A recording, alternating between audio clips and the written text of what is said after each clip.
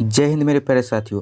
आज इस वीडियो में कवर करेंगे हिंदी का प्रैक्टिस सेट नंबर 5 करेंगे और प्रैक्टिस सेट नंबर 4 तक ले पूरे कवर कर लिए है। अगर वो वीडियो आप नहीं देखे हैं तो वीडियो के डिस्क्रिप्शन बॉक्स में प्लेलिस्ट का लिंक दिया हुआ है, वहां से आप देख सकते हैं। और आपको जीके जीएस का भी प्लेलिस्ट बना दिया गया है, वो भी आप देख सकते हैं। तो चलिए दोस्तों स्टार्ट करते हैं। और स्टार्ट करने से पहले आप लोगों को मैं बता दूँ कि चैनल को सब्सक्राइब नहीं किए हैं तो चैनल को सब्सक्राइब करके बेल बटन प्रेस कर लीजिए, ताकि आपको हर वीडियो आपको मिल सके और आपको सीआईएसएफ और सीआरपीएफ की तैयारी के लिए आपको बेहतर प्रैक्टिस सेट मिल सके। चलिए दोस्तों स्टार्ट करते हैं। स्टार्ट करेंगे क्वेश्चन नंबर 26 से।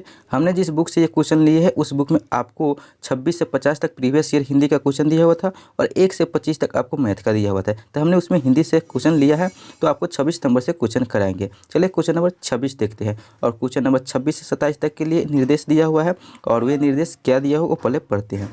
तो दिया हुआ है कि प्रश्न में दिए गए प्रत्येक वाक्य में उपयुक्त शब्द द्वारा रिक्त स्थान की पूर्ति करें, यानी कि इसमें रिक्त स्थान को पूर्ति करना है।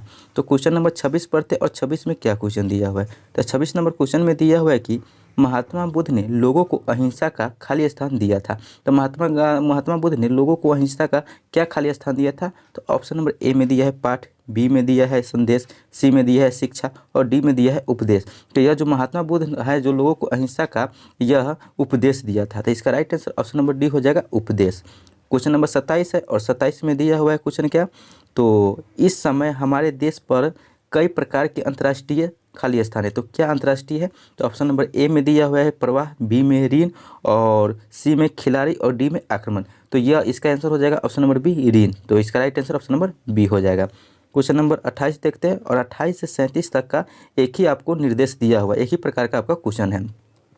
तो निर्देश क्या है, नीचे दिए गए गद्यांशों में से कुछ शब्द निकाल दिए गए हैं। ये शब्द हर रिक्त स्थान के लिए दिए गए विकल्पों में शामिल है। गद्यांशों को पढ़िए और उनका विषय समझिए, तब दिए गए विकल्पों में से उचित विकल्प चुनिए और तदनुसार सही उत्तर दीजिए। यानी कि आपको 28 से 37 तक आपको गद्यांश दिया है। गद्यांश पढ़ करके आपको उसका आंसर देना है। गद्यांश एक मैटर पर आधारित होता है, वो मैटर आपको पढ़ना है और समझना है, और उस मैटर में आपको खाली स्थान दिया रहता है और खाली स्थान को आपको क्वेश्चन बना करके पूछा जाता है कि इसमें क्या आएगा। तो देखते हैं इसमें क्या होगा। ये गद्यांश जो होता है आपको बहुत ही ईजी होता है, जो आप पढ़ करके आपको आंसर दे सकते हैं। ये आपको मैटर पकड़ना पड़ता है कि मैटर किस पर आधारित है। तो पहले मैं ये गद्यांश पढ़ देता हूँ, उसके बाद आपको आंसर बताता हूँ। आप लोग इस वीडियो को आपको रोक करके आप गद्यांश पूरा पढ़ सकते हैं।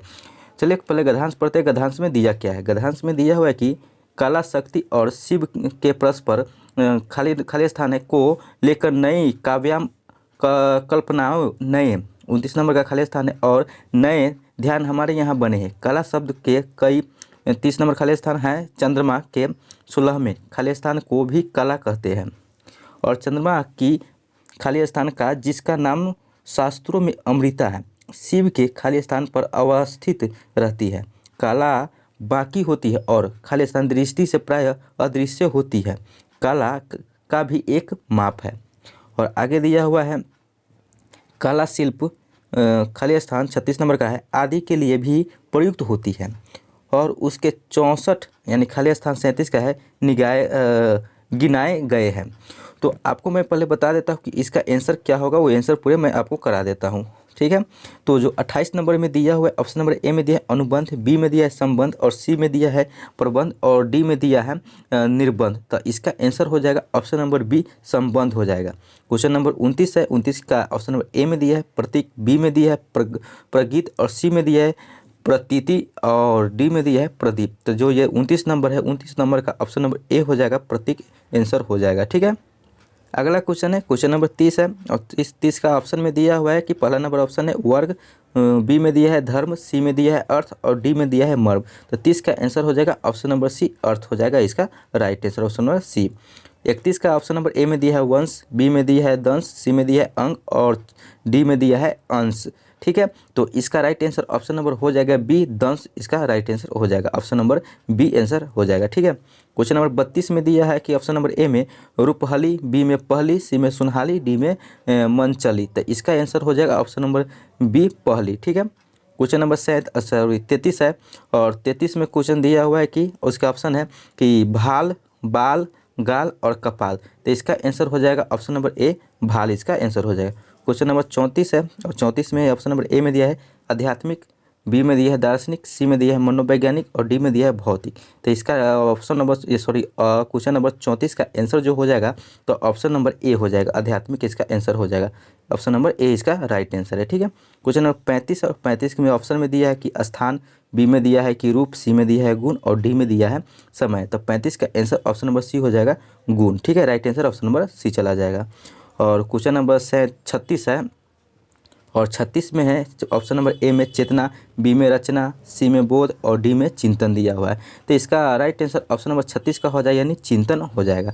और 37 की बात किया जाए, 37 का ऑप्शन नंबर ए में दिया है अंतर, बी में प्रकार और सी में दिया है विकार और डी में दिया है भेद। तो जो यह 37 है इसका राइट आंसर हो जाएगा ऑप्शन नंबर डी हो जाएगा। ठीक है दोस्तों, आप लोग दोस्तों बताइएगा कि इस 25 क्वेश्चन में आपका कितना नंबर आ रहा है और कितना इंप्रूव हो रहा है, आप लोग जरूर ये लास्ट में बताइएगा। और जिस क्वेश्चन का आपको आंसर आता है तो क्वेश्चन नंबर लिख करके और ऑप्शन नंबर आपको लिख करके टाइप करना है कमेंट बॉक्स में। ठीक है, अब देखते हैं 38 नंबर क्वेश्चन। 38 से 41 जो क्वेश्चन दिया हुआ है एक ही पैटर्न पर है और उसके लिए भी निर्देश दिया हुआ है। तो वो पहले देखते हैं कि निर्देश में क्या है और क्या इसको बताना है। तो निर्देश में दिया है कि निम्नलिखित विकल्पों में से शुद्ध वर्तनी का चयन कीजिए, यानी कि शुद्ध वर्तनी चयन करना है। तो 38 नंबर में ऑप्शन ए में ये है राजनीति, बी में राज्य नीति, सी में राजनीति यानी राजनीति। इस यानी कि चारों ऑप्शन में आपका कौन आंसर सही हो जाता है। यह जो राजनीति जो लिखा हुआ है ये आपको सही हो जाएगा। ठीक है, तो right answer option number D हो जाएगा राजनीति। अब देखते हैं क्वेश्चन नंबर 39 नंबर में दिया हुआ है कि ऑप्शन नंबर ए में निस्वार्थ, बी में निस्वार्थ यानी निस्वार्थ और डी में निस्वार्थ, यानी इस चारों में कौन सा शुद्ध है। तो 39 का ऑप्शन नंबर सी में जो दिया है निस्वार्थ, ये आपका राइट आंसर हो जाएगा। ठीक है, शुद्ध वर्तनी यही सी नंबर है। और 40 की बात किया जाए कि इसमें शुद्ध वर्तनी कौन है, तो जो 40 का शुद्ध वर्तनी या प्रतिपाद जो है यह शुद्ध वर्तनी है, तो राइट आंसर इसका भी सी हो जाएगा। और बात किया जाए कि 41 का, तो 41 का जो यह उपलक्ष्य यानी उपलक्ष्य जो लिखा हुआ है डी नंबर में, ये आपका सही हो जाएगा। तो इसका राइट ऑप्शन नंबर डी हो जाएगा। ठीक है, अब देखते हैं क्वेश्चन नंबर 42 से 45 एक ही पैटर्न पर क्वेश्चन दिया हुआ है और उसके लिए भी निर्देश दिया हुआ है। पहले निर्देश पढ़ते इसमें क्या आपको बताना है। तो निर्देश में दिया है कि नीचे प्रत्येक वर्ग में दिए गए विकल्प में से तत्सम शब्द का चयन कीजिए, यानी तत्सम शब्द बताना है। तो 42 के ऑप्शन नंबर ए में दिया है वापसी, बी में मालिन, सी में रास्ता, डी में पुजारी। तो इसमें तत्सम शब्द कौन हो जाएगा। तो इसका जो मलिन है, मलिन जो तत्सम शब्द है, इसका right answer option number B चला जाएगा। क्वेश्चन नंबर 43 में ऑप्शन नंबर ए में खीर, बी में प्यास, सी में पानी और डी में अपशब्द। तो इसमें तत्सम शब्द जो होगा, जो ये अपशब्द है, ये तत्सम शब्द में चला जाएगा। तो इसका right answer option number D हो जाएगा अपशब्द।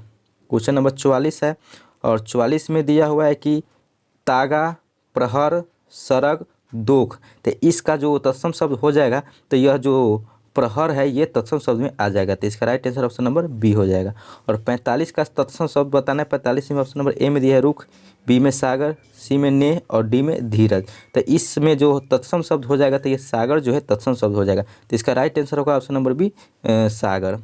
अब देखते हैं क्वेश्चन नंबर 46 से 48 जो दिया हुआ है, जो एक ही पैटर्न पर क्वेश्चन दिया हुआ है और इसके लिए निर्देश है। तो निर्देश पढ़ते हैं, निर्देश में क्या दिया हुआ है। तो निर्देश में दिया हुआ है कि निम्नलिखित प्रत्येक वर्ग में दिए गए विकल्पों में से तद्भव शब्द को चुनिए, यानी कि इसमें तद्भव शब्द बताना है और पिछले में तत्सम शब्द बताना था। तो तद्भव बताना है, तो 46 का ऑप्शन नंबर ए में दिया हुआ है पिता, बी में खेल, सी में मोर और डी में उन्मूलन। इस चारों में तद्भव शब्द कौन है।